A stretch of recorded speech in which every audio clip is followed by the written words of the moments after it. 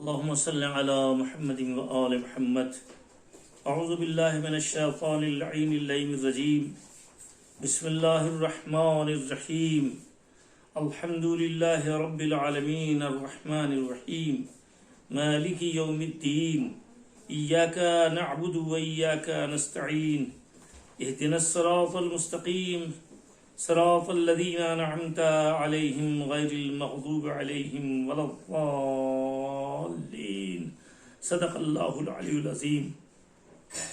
سب سے پہلے درس شروع کرنے سے پہلے یہ عرض کرنا چاہتا ہوں کہ آج کا جو دن گزرا ہے وہ بی بی خدیجہ الکبریٰ سلام اللہ علیہا کی وفات کا دن ہے.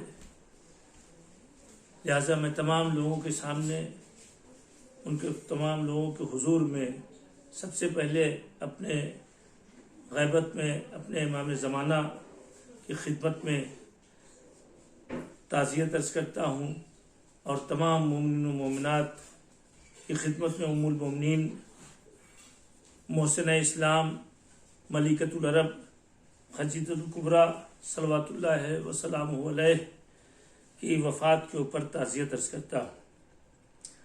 رمضان المبارک کے مہینے میں نے قرآن مجید اور نہج البلاغہ کا درس شروع کیا. بحمداللہ ابھی تک یہ درس جاری ہے. اللہ نے طاقت دیا جس کی بنیاد پر یہ کام انجام پا رہا ہے. میں نے بسم اللہ الرحمن الرحیم کے بارے میں کہا کہ جو ساری کام کے شروع کرنے سے پہلے اگر بسم اللہ کہتا ہے تو اس کا کام مکمل ہونا بالکل طے ہے. اور حدیث کہتی ہے کہ بغیر بسم اللہ کے اگر کوئی کام کیا جاتا ہے تو وہ کام ناقص رہ جاتا ہے، وہ پورا نہیں ہو سکتا. اس کے بعد حمد کے بارے میں شروع کیا کہ یہ ساری تعریف اس اللہ کے لیے ہے جو عالمین کا پالنے والا ہے. ظاہر ہے کہ تعریف کے مرحلے میں نے 2-3 باتیں عرض کی ہیں کہ رزق میں وسعت کا سبب بنتی ہے تعریف، اور صحیفہ کاملہ کی روشنی میں انسان کو جانور کی حدوں میں جانے سے بچاتی ہے تعریف، اور انسانوں کو وحشت قبر سے فشار قبر سے نجات دلاتی ہے تعریف. تو یہ حمد تعریف کس کی ہونا چاہیے، یہ سب سے اہم مرحلہ ہے. ہر انسان جس کے پاس شعور ہے اور جو پوری دنیا کا مطالعہ کرتا ہے دیکھتا ہے، وہ یہ جانتا ہے کہ ہمارے ارد گرد ساری دنیا جو پیدا ہوئی ہے وہ انسانوں کے لیے پیدا ہوئی ہے. صدقے میں محمد والے محمد کی خلق ہوئی ہے، لیکن یہ پورے کائنات کے انسانوں کے لیے پیدا ہوئی ہے. اور انسان اشرف المخلوقات ہے. ان تمام دنیا کی پیدا کی ہوئی چیزوں سے یہ انسان بڑا ہے. اور مولا کائنات کے قول کی روشنی میں اتزم انکا جرم صغیر، کیا تم یہ گمان کرتے ہو، یہ سوچتے ہو کہ تم کوئی چھوٹی سی چیز ہو، کوئی چھوٹا سا جسم ہو، بلکہ تم چھوٹا سا جسم نہیں بلکہ تمہارے اندر عالم اکبر پوشیدہ ہے. یعنی یہ دنیا جو آپ دیکھ رہے ہیں یہ دنیا مولا کے مطابق قول کے مطابق چھوٹی دنیا ہے، اور انسان کا ایک انسان کا جسم یہ بہت بڑی دنیا ہے. تو ظاہر ہے کہ انسان سب سے افضل، سب سے برتر، سب سے اشرف مخلوق ہے. تو یہ انسان کے لیے زیب نہیں دیتا کہ وہ اس کی تعریف کرے جہاں نقص ہو. اسی لیے کہا جاتا ہے کہ تعریف اس ذات کی ہونا چاہیے کہ جو کمالات کی تمام صفتوں سے کا حامل ہو اور جس کی ذات اور صفت الگ نہ ہو. یعنی سارے کمالات جس پرسنالٹی جسم اور پرسنالٹی کا لفظ سمجھانے کے لیے کہہ رہا ہوں، جس وجود میں جمع ہوں اس وجود ہی کے لیے انسان ساری تعریفیں مخصوص کر سکتا ہے.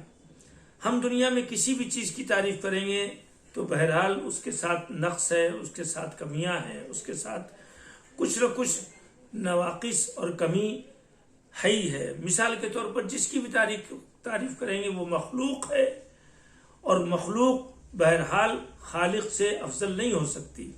لہذا ایک نقص اس مخلوق کے ساتھ یہ ہوگا کہ وہ پیدا کی ہوئی ہے اس کو وہ پیدا کرنے والی نہیں ہے، یعنی اس طرح کی چیزیں. لہذا بہتر یہ ہے کہ تعریف اس ذات کے لیے ہونا چاہیے، اس چیز کے لیے ہونا چاہیے. یہ لفظیں جو سب اللہ کے لیے مناسب نہیں ہیں، چیز ذات وغیرہ، لیکن لفظوں کے علاوہ کوئی اور سہارا نہیں سمجھانے کے لیے. اس کے لیے تعریف ہونا چاہیے کہ جہاں سارے کمالات، جو بھی کمال کا تصور میں آئے یا نہ آئے، جتنے بھی کمالات ہیں ان سارے سب کمالات کیا سینٹر پوائنٹ ہو، مرکز ہو، محور ہو، تو اس کے لیے تعریف ہونا چاہیے. اور ظاہر ہے کہ یہ بات بھی ہمیں سمجھ میں نہ آتی اگر اللہ خود یہ نہ بتاتا کہ اے میرے حبیب یہ دیکھیے کہ تعریف کس طرح سے ہو سکتی ہے. الحمدللہ رب العالمین، ساری تعریف اس اللہ کے لیے ہے کہ جو عالمین کا پالنے والا، یعنی پرورش کرنے والا. اور پرورش کا معاملہ یہ ہے کہ ہمیشہ ہر چیز کو اسی انداز میں، صرف ایسا نہیں کہ خلق کر دینا، بلکہ اس کی تمام کمالات کے منزل تک پہنچنے تک اس کی پوری طرح سے پرورش کرنا، اسے کہتے ہیں رب، اسے کہتے ہیں ربوبیت. تو اگر رب ہے اور ربوبیت ہے، اور ایک چیز کی نہیں، انسان ایک چیز کو پالتا ہے، دوسری چیز کو نہیں پال سکتا، 2 4 10 کو پال سکتا ہے، لیکن وہ ذات ایسی تعریف کے قابل ہے کہ جو ساری کائنات کو، ہر لمحہ، ساری دنیا کو، سارے ورلڈ کو، ہر منٹ، ہر سیکنڈ، ہر ثانیہ پرورش کر رہی ہے اور پال رہی ہے. تو جب ایسی ذات ہو تو اس کے علاوہ کسی کے لیے حمد اور تعریف زیب نہیں دیتی. حمد اور تعریف صرف اس ذات کے لیے ہے. اور اسی لیے آپ جتنی جگہوں پہ بھی آپ اٹھا کے دیکھیں گے، حمد کا مرحلہ مختلف جن لوگوں نے بھی تعریفیں کی ہیں. ہم اس طرح سے ہے، شکر کرنے والوں کی شکر جس تک نہیں پہنچ سکتے، جس کے تک ذہن اور ذات نہیں پہنچ سکتی، اس کے لیے حمد ہے، اس کے لیے شکر ہے.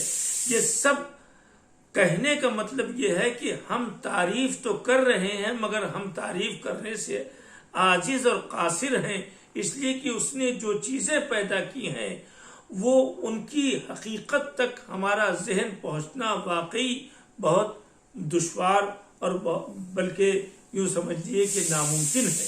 یہ تو صرف وہی ان چیزوں کی حقیقتوں تک پہنچ سکتے ہیں کہ جن کے پاس اللہ نے علم عطا کیا ہے، جو خاص طور پر اللہ کی طرف سے عطا کیے ہوئے علم کے عطا کیے ہوئے لوگ ہیں. تو تعریف کے ذریعے سے انسان کے کمال کا اعلان ہوتا ہے. الحمدللہ رب العالمین، ساری تعریف ہے اس اللہ کے لیے، اس خدا کے لیے. ساری حمد ہے اس اللہ کے لیے جو اللہ ہی نہیں بلکہ عالمین کا رب ہے، پالنے والا ہے، پیدا کرنے والا، پالنے والا ہے. تو عزیزو، کیا کسی ایسے کے لیے کہ جو واقعی معنوں میں پال نہیں سکتا، کیا بادشاہوں کی تعریف کی جا سکتی ہے؟ کیا کسی حکمراں کی تعریف کی جا سکتی ہے؟ جب احکم الحاکمین خدا ہمارے سامنے ہے اور اس کے وجود کا ہمیں اقرار ہے، تو ہم کسی بھی کی بھی تعریف کے ذریعے سے ہم بلندی حاصل نہیں کر سکتے. اگر بلندیاں ہمیں حاصل ہوں گی تو اسی کی تعریف کے ذریعے سے. اسی لیے معصومین نے کہا اس کی تعریف کرتے جائیں اور آپ عظمتیں اور بلندیاں حاصل کرتے جائیں. اور اگر اس کی تعریف نہیں کریں گے تو اس کے کمالات اور اس کی بلندی میں کوئی کمی نہیں آئے گی. جس طرح سے سورج اور چاند کی تعریف اگر نہ کی جائے تو نہ اس کے آکار اور اس کے وجود اور اس کے گولائی میں کوئی کمی آئے گی، نہ اس کی روشنی دینے میں کمی آئے گی، نہ اس کے اجالا پھیلانے میں کوئی کمی واقع ہوگی. بلکہ اگر ہم تعریف کریں گے سورج اور چاند کو تو لوگ یہ کہیں گے کہ ہاں ان چیزوں سے فائدہ حاصل ہوا ہے، تو تعریف کرنا حق بنتا ہے. اس سے سورج اور چاند میں کوئی اضافہ نہیں ہوتا، بلکہ خود انسان کے کمال کا اعلان ہوتا ہے کہ ہاں یہ دیکھنے والا ہے اور سمجھنے والا ہے کہ کس چیز سے کس کو فیض پہنچ رہا ہے. اسی طرح سے اپنے خالق کی تعریف کرنے سے یہ نہ سمجھیں کہ اللہ کی حمد کرنے سے اس کی ذات میں کوئی اضافہ ہوگا، البتہ حمد کریں گے تو ہماری نعمتوں میں اضافہ ہوگا، ہماری عمر میں اضافہ ہوگا، ہماری بلندیوں میں اضافہ ہوگا۔ پروردگار ہمیں دنیا کی تعریفوں سے الگ کر کے ہمیں اللہ کی تعریف کا عادی بنا دے، خوگر بنا دے، اور ہم اٹھتے بیٹھتے اس کی تعریف اور اس کا شکر ادا کرتے رہیں۔ پالنے والے سوائے تیری توفیق کے کسی طرح یہ ممکن نہیں ہے۔ میرے معبود، ہم سب کو اس رمضان کے مہینے میں جو تیرے سامنے گنہگار ہونے کا اعتراف کرتے ہوئے دعا کر رہے ہیں، یہ ہم سب کو حمد کرنے والا، شکر کرنے والا بنا۔ والسلام علیکم ورحمۃ اللہ وبرکاتہ۔ اللہم صلی علی محمد وآل محمد، اللہم صلی علی محمد وآل محمد، اللہم صلی علی محمد وآل محمد۔ الحمدللہ سلسلہ جاری ہے، اور اب نہج البلاغہ آپ کے سامنے درس نہج البلاغہ کے سلسلہ جاری ہے، اسے آپ کے سامنے پیش کرنے کی سعادت حاصل کر رہا ہوں۔ علامہ مفتی جعفر حسین صاحب کی وصیت نمبر 31 سے یہ مرحلہ آپ کے سامنے پیش کیا جا رہا ہے۔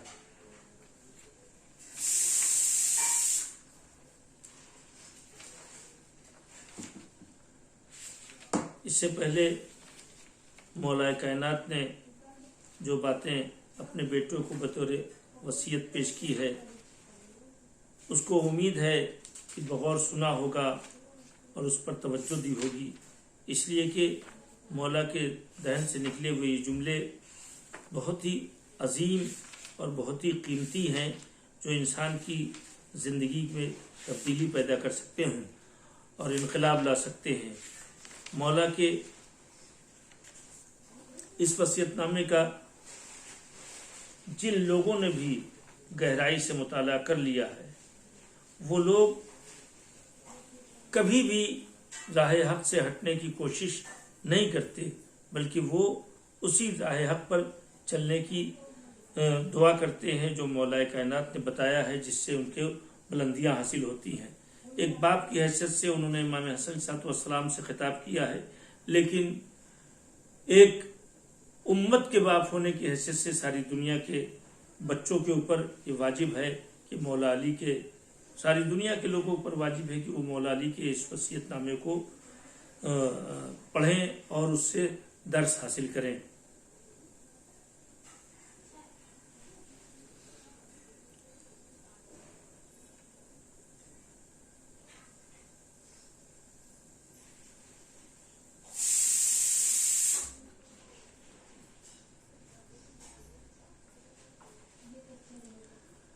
اعوذ باللہ من الشیطان اللعین الرجیم، بسم اللہ الرحمن الرحیم۔ وَاعْلَمْ أَنَّهُ لَا خَيْرَ فِي عِلْمٍ لَا يَنْفَعُ وَلَا يُنْتَفَعُ بِعِلْمٍ لَا يَحِقُّ تَعَلَّمُهُ۔ اے بنیا انی لما رأیتنی قد بلغت سنا ورأیتنی ازداد وحنا بادرت بوصیتی الیک واردت خصالا منها قبل ان يعجل بي اجلی دون ان افضی الیک بما فی نفسی وان انقص فی رأیی کما نقصت فی جسمی او یسبقنی الیک بعض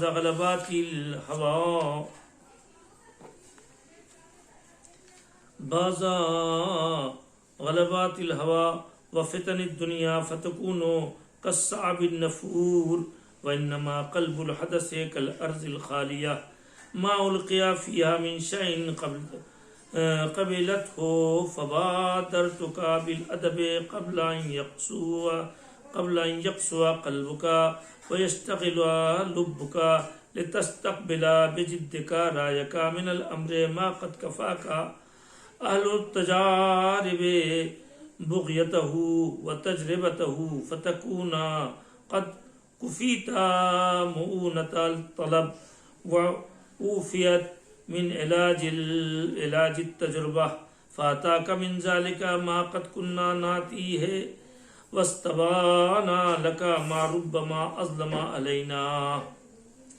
اللہم صل علی محمد وآل محمد. اللہم صل علی محمد وآل محمد. اللہم صل علی محمد وآل محمد.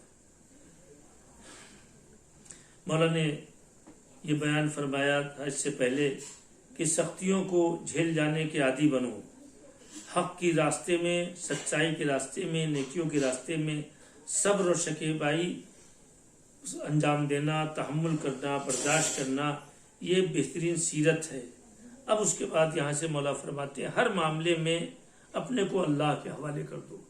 کاش یہ لفظ مولا کا ہر جوان، ہر بوڑھا، ہر بچہ، ہر بچی، ہر خاتون اپنے ذہن میں بیٹھا لیں کہ تم ہر معاملے میں، کوئی بھی معاملہ ہو، علم کا معاملہ ہو، بزنس کا معاملہ ہو، تجارت کا معاملہ ہو، عہدے کا معاملہ ہو، منصب کا معاملہ ہو، فن حاصل کرنے کا معاملہ ہو، ریسرچ کا معاملہ ہو، کوئی بھی معاملہ ہو، ان تمام معاملے میں سب سے پہلے اللہ کو حوالے کر دو کہ پالنے والے تیرے حوالے ہے، ہم تیرے حوالے ہیں اور اس کام کو شروع کر رہے ہیں. تو اب تو ہمارا نگراں، تو ہمارا نمائندہ، تو ہمارا ڈائریکٹر، تو ہمارا ہدایت کار، تو ہمارے راستے بتانے والا، تو ہمارے سامنے راستے کھولنے والا ہے. تو یہ سب سے پہلا مرحلہ اگر انسان نے اپنے کو اللہ کے حوالے کر دیا تو صحیح معنوں میں ایک ایسا سیلف کانفیڈنس اس کے اندر، خود اعتمادی اس کے اندر پیدا ہوگی اور وہ خدا ہی ڈالنے والا ہے کہ جس کے ذریعے سے اس کام کی تمام گتھیاں جو سخت ہیں، جو راہیں جو پریشان کن ہو سکتی ہیں، وہ سب آسان ہو جائے گی. کیونکہ ایسا کرنے سے تم اپنے کو ایک مضبوط پناہ گاہ اور قوی محافظ کے سپرد کر دو گے. مولا نے یہ سبب بھی بتایا کہ اپنے ہر معاملے میں اپنے کو اللہ کے حوالے کر دو. کیوں؟ اس لیے کہ اللہ سے زیادہ کوئی ذات قدرت والی نہیں ہے، طاقت والی نہیں ہے، قوت والی نہیں ہے. تو اگر ہم نے اپنے ہر معاملے کو اللہ کے حوالے کر دیا تو اس کا مطلب جیسے کہ آپ نے اپنے کو تمام چیزوں سے محفوظ رہنے کے لیے آپ نے ایک مضبوط قلعے میں اپنے کو کر دیا. تو مضبوط قلعہ تو صرف سمجھانے کے لیے کہہ رہے ہیں، لیکن اس سے اس کی کوئی اللہ کی حفاظت اور قلعے کی حفاظت کا کوئی میل نہیں ہے.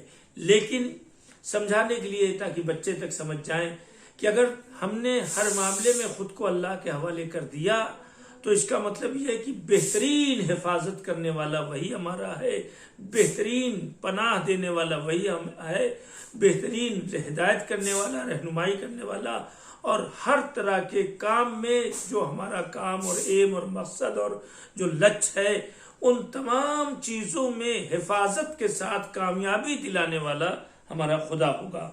تو ہر معاملے میں اپنے کو اللہ کے حوالے کر دو، کیونکہ ایسا کرنے سے تم اپنے کو ایک مضبوط پناہ گاہ اور مضبوط حفاظت کرنے والے کے سپرد کر دو گے، حوالے کر دو گے.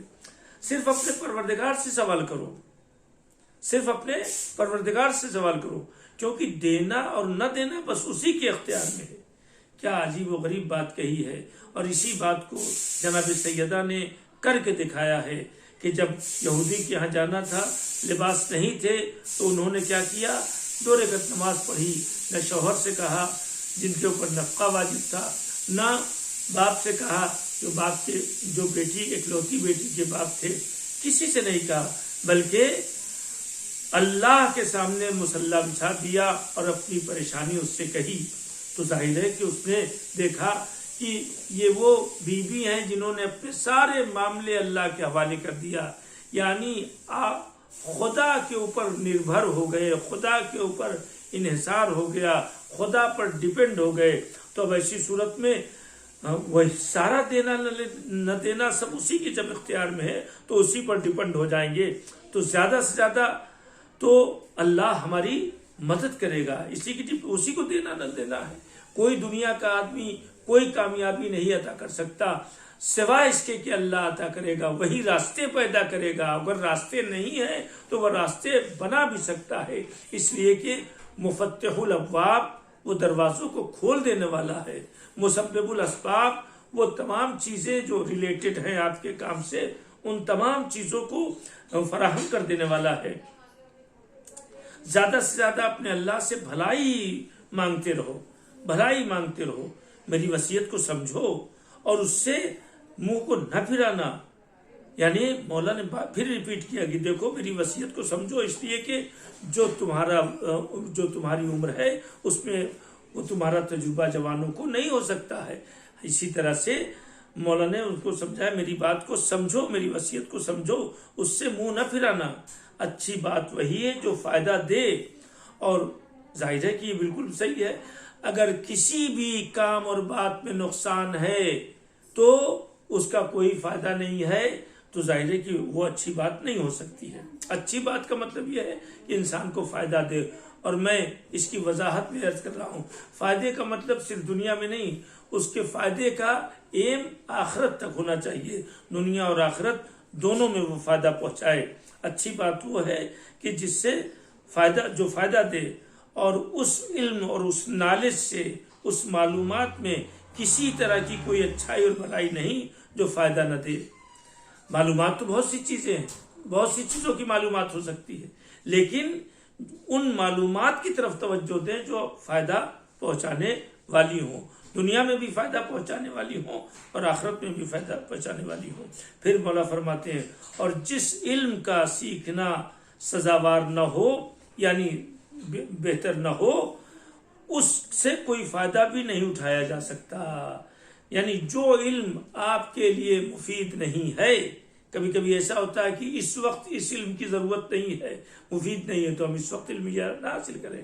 اس کا مطلب یہ کہ پہلے مولا بتا چکے ہیں کہ بصیرت اتنی ہماری بیدار ہونا چاہیے، ہماری ذہن کی فکر کی پرواز اتنی اچھی ہونی چاہیے کہ وہ ججمنٹ لے سکے کہ کس وقت کس علم سے فائدہ اٹھانا لازمی ہے.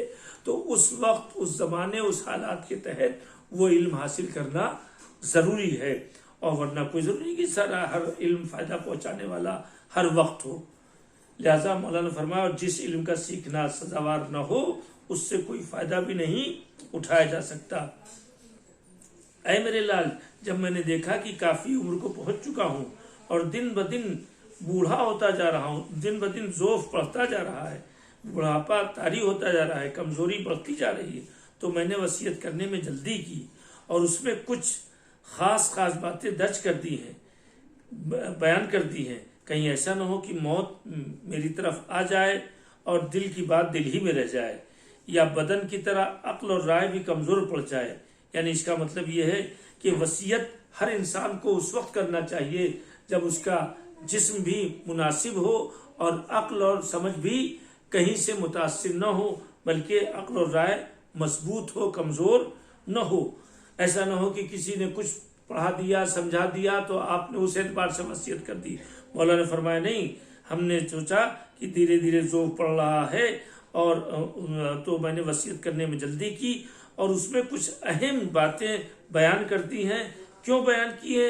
کہ کہیں ایسا نہ ہو کہ موت آ جائے اور ہمارے دل کی بات دل ہی میں رہ جائے، یا بدن کی طرح جیسے بدن کمزور پڑ رہا ہے اسی طرح عقل اور رائے بھی ہماری کمزور نہ پڑ جائے، یا وصیت سے پہلے ہی تم پر کچھ خواہشات کا تسلط ہو جائے. یہ زیادہ اہم بات ہے کہ وصیت اور ہدایت اور نصیحت کرنے سے پہلے اگر ہمارے دل پہ کوئی غلبات پیدا ہو جائے، یعنی ہم اگر برائیوں کی طرف یا غلط ایم کی طرف چلے جائیں یا غلط حالات کی طرف چلے جائیں، تو اب جب اس طرف پڑھ جائیں گے تو واپس لانے میں دقت ہوگی. لہذا اس سے پہلے ہم نے سوچا کہ ہم نے چاہا کہ تم کو وصیت کر دیا جائے. یا مولا فرماتے ہیں کہ تم پر دنیا کے جھمیلے تمہیں گھیر لیں کہ تم بھڑک اٹھنے والے منظور اونٹ کی طرح ہو جاؤ. دنیا کے جھمیلے جب انسان کو گھیر لیتے ہیں تو انسان کو اچھی باتیں نہیں اچھی لگتی. لہذا اسی وقت ساری باتیں بچوں کو، بزرگوں کو سمجھانا چاہیے تاکہ اس بات کے ذریعے سے انسان کا دل صاف اور پاک ہے اور اس کے اندر دل میں اتر جائے. کیونکہ کمسن کا دل اس خالی زمین کی طرح ہوتا ہے جس میں جو بیج ڈالا جاتا ہے اسے قبول کر لیتی ہے. تو اس وجہ سے مولا نے فرمایا کہ ہمیں اس طرف اپنے بچوں، اپنے چھوٹوں اور کم سن اور کم تجربے کر رکھنے والوں کے سامنے اگر ہم وصیت کریں قبل اس کے کہ ان کا دل کسی طرف متوجہ ہو کر کے کسی طرف لگ جائے، کسی خراب چیز کی طرف یا غلط علم کی طرف یا غیر بے فائدہ چیزوں کی طرف، جو غلط نہ صحیح لیکن بے فائدہ چیزیں ہیں، تو ان چیزوں کی طرف لگنے سے پہلے وصیت اور ہدایت اور نصیحت ہر بزرگ کو کرنا چاہیے، جیسا کہ مولا علی نے کیا ہے۔ اسی کے ذریعے سے ہمارے دل کے اندر باتیں اتر سکتی، اس لیے کہ کم سن کا دل اس خالی زمین کی طرح ہوتا ہے، جو بیج ڈالا جائے اسے قبول کر لیتی، لہذا قبل اس کے کہ تمہارا دل سخت ہو جائے اور تمہارے ذہن دوسری باتوں میں لگ جائیں، میں نے تعلیم دینے کے لیے قدم اٹھایا تاکہ تم صاف اور ستھری عقل کے ذریعے ان چیزوں کے قبول کرنے کے لیے آمادہ ہو جاؤ۔ والسلام علیکم ورحمۃ اللہ وبرکاتہ۔ پڑھنے والے مولا کی اس کتاب کا صدقہ ہم کو اور ہمارے بچوں کو، ہمارے جوانوں کو، ہماری بچیوں کو، ہماری خواتین کو مولا کے تمام اقوال سے سبق حاصل کرنے کی توفیق عطا فرما، اور ہماری زندگیوں کو دنیا میں بھی باکمال بنا اور آخرت میں بھی ہمیں بخشا ہوا اور بے گناہ بنا کے اٹھانا۔ والسلام علیکم ورحمۃ اللہ وبرکاتہ۔